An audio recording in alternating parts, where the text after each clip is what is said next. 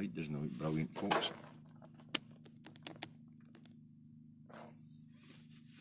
Sorry about the light, folks, not a lot I can do about that. Hopefully the cloud will get in front of the sun in a second. Two pair of specs doesn't look good. Morning. Morning, folks. Sorry about the quality of the light. There's not an awful lot I can do about that. Morning, Callum. Morning, Kathleen. Morning, Alistair. Morning, Stuart. Morning, John. Morning, Sandra. Morning, Raymond. Morning, Pat. Morning, Sandra. John. Kirsty. Another John. Morning, Austin. Morning, Margaret. Morning, Fiona. Morning, Stephen. Morning, Bob. Morning, Kirstine. Where are we? Nearly. No, wee way to go. Morning, Paul. Huh? How are you? Who else has seen you? Morning, Edith. Just talking about you, Edith, actually, as an artist. Morning, Stephen. Dandy.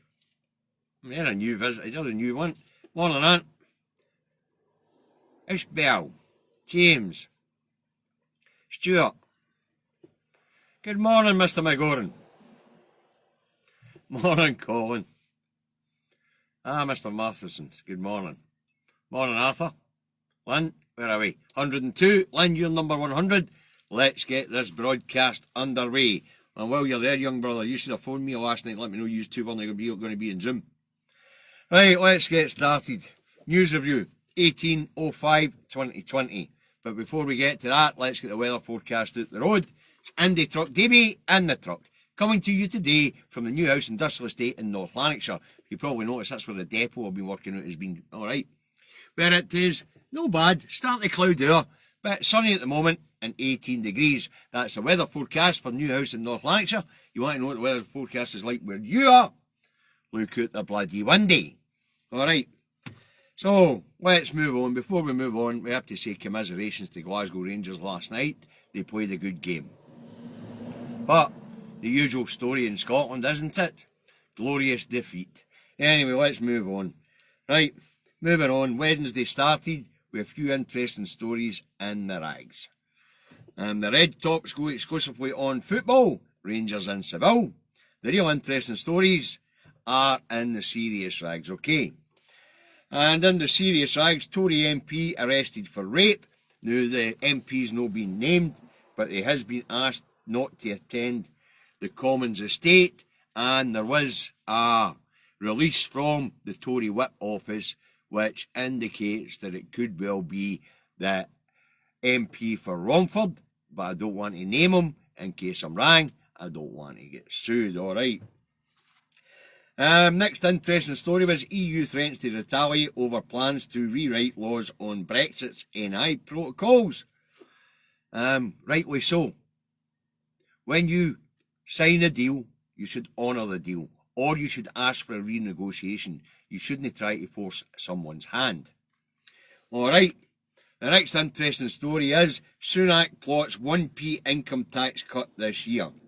Election 2023, anyone? Anyway, 1 pence cut in income tax isn't going to make that much of a difference when you're looking at inflation running at 10%, well 9% now, but we'll get to that. Alright, and the best story of them all was on the front page of the Express, the Looney Rag. And what the Looney Rag, the Express says is, the Looney Rag says, did Sturgeon have an American dream? And what the Looney Rag, the Express is saying is, right here this, what they're saying is that Miss Sturgeon met Joe Biden to talk about the future of Scotland, and the Looney Rag, the Express says, experts say America does not back the break-up of the UK. Now there's a Davy says here.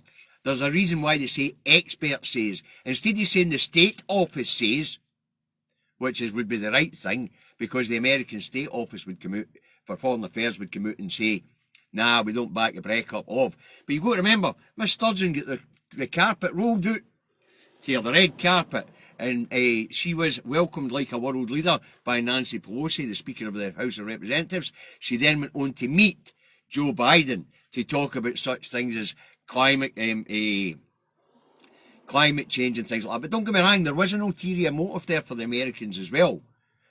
Because right after Miss Sturgeon was announced to the American people as a world leader, or as a leader anyway, and the red carpet was rolled out to her, Liz Truss was on the phone to Nancy Pelosi to talk about the NI protocols. Now, having Nicola Sturgeon welcomed as a world leader in America was a clear shot across the bows of Westminster, because we know how Biden feels about Northern Ireland, and experts say that Biden doesn't back the breakup of the UK. Actually, when we have a look at Biden's attitude on the reunification of Ireland, then I don't think that America's got that much. They're not really interested. If Scotland wants to leave the UK and become independent, I don't think Biden will do what Obama did, because it would make him a bloody hypocrite. It's all right for the Northern Ireland to leave the UK and Irish reunification, but it's not all right for Scotland. See, the Express are talking pish here. Absolute pish. Because experts say, well, Davy says, I'm an expert on foreign affairs now, all right? I'm an expert on fucking COVID now and all, eh? Wow. Wow. Mental expert says. Instead of State Office says, expert says. Well, actually, Miss Sturgeon had a cracking visit to America, and it was very, very successful. And she was treated like a world leader. Right, and the last story that was any interest in the rags yesterday morning was blackout on First Minister, BBC blackout on First Minister's trips to US slammed. And there was a blackout. The BBC's defence was, it was number one story on a BBC Scotland website. I've got a Davy says there, not feckin' wasn't. What was there was a snippet, and it said that she was welcomed, and that was it. Anyway, right, so that was stories yesterday morning in the rags. All right, let's move on. Wednesday started here in Scotland on the continued wrangling for control at local councils after the council elections. It would appear local politics are also going down constitutional lines. Anas Sarwar, aka Poverty Pay Sarwar, appears to have lost control of the Labour Party. Prior to the local elections, he said Labour wouldn't enter into coalitions. But right across Scotland, the cuckoos in the nest are climbing into bed with each other to thwart the will of the Scottish people. Stirling is a Labour-Tory coalition, with South Lanarkshire going full-on better together to thwart the will of the people. But you've got to remember, with the STV voting system, it is there to encourage coalitions. Like Glasgow is now a Green and SNP coalition, and Aberdeen is now an SNP and Lib Dem coalition. But right across Scotland, the cuckoos in the nest are jumping into bed with each other in a better together coalition to try and keep the SNP, who are the biggest party in almost all councils, out. Now, what's interesting about that is what we're seeing is the Northern Islandification of our politics. Unionists one side, nationalists the other. We're getting a massive divide, and the cuckoos in the nest are trying to implant Northern Ireland style politics into our political system. We must not allow that to happen. Right, moving on. Wednesday in ScotRail axes 700 daily services in light of a train driver shortage. Now, the train drivers that are still in service are also on a work to rule schedule due to an ongoing dispute over pay and conditions. Why is there a train driver shortage? Well, they're not telling you in the press, but let Davy tell you. There's a train driver shortage because during the pandemic they could not hire any. But during the pandemic we still had what's called natural wastage. And that is people moving on to better jobs. That is people leaving because of sickness and ill health. And that is because of people retiring. So we had a ween of train drivers either move on to maybe English train companies for better wages, or maybe even leave for ill health or retirement and not being able to train any. Now, the pay dispute on pay and conditions, as Lev, we're going to see a lot of this. but we'll get to that in a wee second. But ASLEF have knocked back a 2.2% pay rise for train drivers, and that's understandable when inflation is running at 10%. But it's going to be used as an excuse to disrupt public services right across Scotland. But we'll get to that. But speaking of which, teachers are in negotiations for a pay rise as well, and they were offered 2%, which was knocked back. They want 10% in line with inflation. Now, the unions, the trade unions here in Scotland, they know the Scottish Government don't have that type of funding to pay the public sector, because the Scottish Government's budget was passed prior to the rapid rise in inflation. So the Scottish Government has no wriggle room in their budget in order to be able to give massive pay rises in line with inflation. All right. Now, industrial disputes and disruption to public service is on the cards. Why? Well, the trade unions know that the Scottish Government have no wriggle room, but the Labour-affiliated unions will make mischief.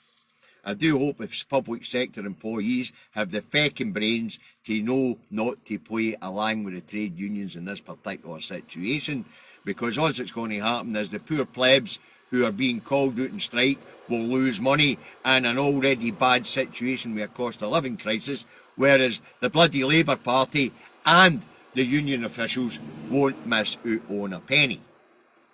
So the public services, there's going to be a lot of disruption in the public sector because of rocket inflation and lack of funds in the Scottish Government to be able to give inflation busting pay rises. I've already spoke about it. If you want to beat inflation, give inflation busting pay rises. People can keep spending into the economy. Commodity prices come down, and inflation comes down. But there is another side to that and all. When people are really, really skint and can't pay their bills, well, then prices will come down there and all, because companies still need to sell. And if their commodity is overpriced, they've got no market to sell to. So either way, inflation is going to come down. But the fastest way to do it is to give people an inflation busting pay rise, because even when inflation does come down, there is more disposable income to spend into the economy, and the economy will grow. No rocket science, been through it before. All right. Moving on, Wednesday, and inflation jumps to 9%, a 40-year high, and up for 2% on March's figure. The Chancellor of the Exchequer down that road tells the Consortium of British Industry, or the CBI, that it's going to be a rough few months ahead. But he will help businesses and people, according to him. Sunak also says he stands ready to help struggling families. The Chancellor blamed the problems on the war in the Ukraine, lockdowns in China. Pull that door shut in me because of the truck's up. But the thing is, once again, the Chancellor has missed out on the real point here, and the real point is the big problem is Brexit, and Brexit is omitted again. It would appear that there's a blanket ban on talking about Brexit. Right, we're going to move on. Right, moving on. Wednesday lunchtime rolls round and PMQs is on, and after the rise in inflation, the opposition parties are back on the cost of living crisis. First up was Sir Comrade Starmer of the Red Tories, and he went on energy cuts, and he wants a windfall. He went on energy costs, and he wants a windfall tax on energy giants. Starmer tells Bojo the clown, the other cheek of the establishment's arse, to stop pushing about and impose a windfall tax as big energy companies are raking it in. Starmer tells Bojo, you will have to impose a one-off windfall tax now, so get on with it. Bojo blustered and said he'd introduced 22 billion worth of help, and he went on to say national insurance cuts for millions, 200 quid loan for energy bills, 150 quid cut to council tax, and an emergency fund for councils. But what he's really talking about is pish. Anyway, Davy says, all very good, but they haven't really done nothing for the poorest in society. And we talk about the poorest society, we talk about those on fixed income. The unemployed, there was nothing there to help the unemployed. The pensioners, there was nothing there to help the pensioners, and there was nothing there to help the disabled. So with persecution of the unemployed, the pensioners and the disabled carries on. Whereas if you're on universal credit and in work, the escalator is letting you keep a wee bit more money in your pocket if you work more hours. Right, moving on. Next up was Ian Blackford for the SNP, and he demanded Rishi Sunak is sacked if he doesn't introduce an emergency budget. Mr Blackford says energy giants are raking in an extra 32 million a day, gouging the public. Bojo gave Blackford the same shite he told Starmer, and said taxing the energy giants would stop them investing. But there's a Davy says here. The CEO of BP, believe it or not, this is actually his right name, Bernard Looney, he says it doesn't matter if the UK government imposes a one-off windfall tax. The energy giants are making that much money, they've got that much cash, they'll invest in Britain and the North Sea anyway. Okay, right, let's move on. Wednesday, and Priti Patel, the evil one, is at the Police Federation conference down that road. And she's confronted by a detective constable over the paying conditions. Detective Constable Vicky Knight asked the evil one if she could make ends meet on £1,200 a year after housing and energy costs. Miss Knight tells Patel she needs to borrow money for her mother to pay for her kids' school meals and to fuel her car to get her back and forward to work. The evil one tells the Police Federation she's willing to work with them on paying conditions. And Davy says, in other words, call my office, or translated into Tory twisted tongue, tell it to somebody that gives a feck. That's basically what Patel told the Police Federation down that road after being explained that police officers are going to food banks or borrowing for parents. Alright.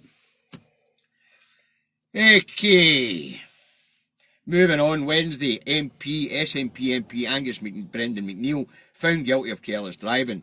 He was up for dangerous driving after he hit a 17-year-old motorcyclist in October of 2020. The young man suffered a broken leg, alright. Now, Mr McNeil had originally been charged with dangerous driving. He was found guilty of the lesser charge of careless driving. Mr McNeil was fined £1,500 and banned for driving for 3 months. Compensation for the young man's injury is a matter for the insurance companies and no matter for the courts. All right. Moving on, Wednesday, Mary Black, SNP MP, tells us all that those in the House of Thieves are carpetbaggers. The Scottish Government spends almost £750 million a year mitigating the worst effects of Westminster austerity. You know the stuff, mitigating the bedroom tax, the hardship fund for councillors, for the poorest through councils. And we here in Scotland are also being slightly protected from the worst of the cost of living crisis thanks to the SNP Green Scottish Government. We have lower council tax, we have no prescription charges, we have 1,000 odd hours of free early learning care, saving £4,000 a year for parents.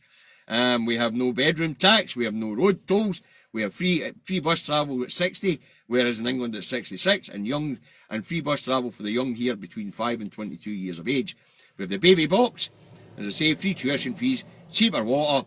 We're lucky to have the Scottish Parliament and government for the time being at least, until they try their best to get rid of it, you know, like there. Right, moving on. Wednesday, the Ukraine war rages on, and the surrender of Mariupol continues.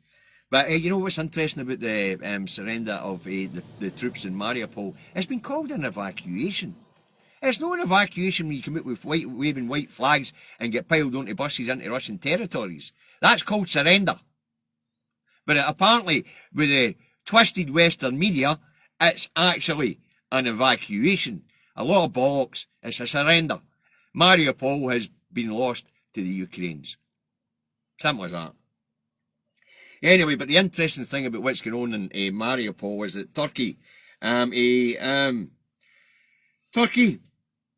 vetoes the secession of Norway and Sweden into NATO on the first round of talks. There'll be another round of talks in June, but at this point in time, Turkey has vetoed Sweden and Finland joining NATO. Now, why did Turkey do that? Well, it's quite simple. Turkey doesn't want Russia provoked and threatened. No, at this point in time. Why is that? Because Turkey is the one thing that could bring it an end. Turkey's the one place that could bring an end to this. So far, any negotiations have been done through Turkey, and the last thing Turkey needs is a spanner in the works. If there is going to be a peaceful settlement in Ukraine anytime soon, then Turkey has got to be the place where it's going to be brokered. Because Putin's got a relationship with Erdogan, and Erdogan's a member of NATO, So that'll get everybody around the table, alright? So that's why Turkey vetoed these things, alright? Right, I know I'm rushing through this, folks, but that's because I have to. Right, moving on to this morning and what the papers have to say, alright? The Herald says, pain in Spain, football, Rangers. The Record has, brutal, football, Rangers. The Star has, agony, football, Rangers. The Pale has, ScotRail axes third of all services. We've talked about the driver shortage.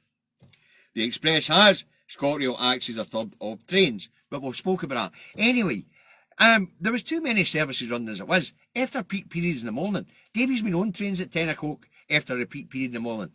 I've been on trains from Edinburgh, from Bathgate to Glasgow, comes through Airdrie. And there might be only Sarah and I, and maybe 2 or 3 more people on a 4-carriage train. So, reducing that from a quarter-hour service to a half-hour service won't make any difference to the travelling public. Right, the Times has hopes for